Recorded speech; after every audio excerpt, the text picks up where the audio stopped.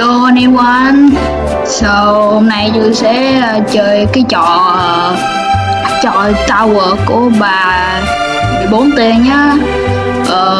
Nó rất là lắc luôn, quá lắc, đòi lắc nè, lắc đói, lắc là không thể qua hút được nha, lắc lắm.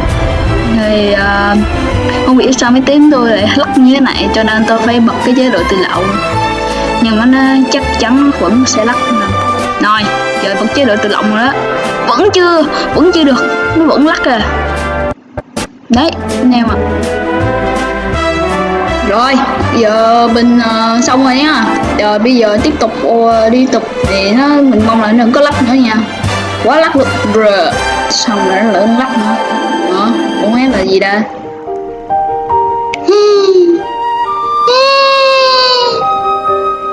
Rồi lắc tiếp, quá lắc just click. Qua húp nè, đơn giản mà. Rồi qua húp ngang thì tôi mới chịu, lắc vậy rồi sao qua húp được nè. Đâu đó, lắc nữa, qua lắc đi, mình cảm thấy rất là lắc luôn.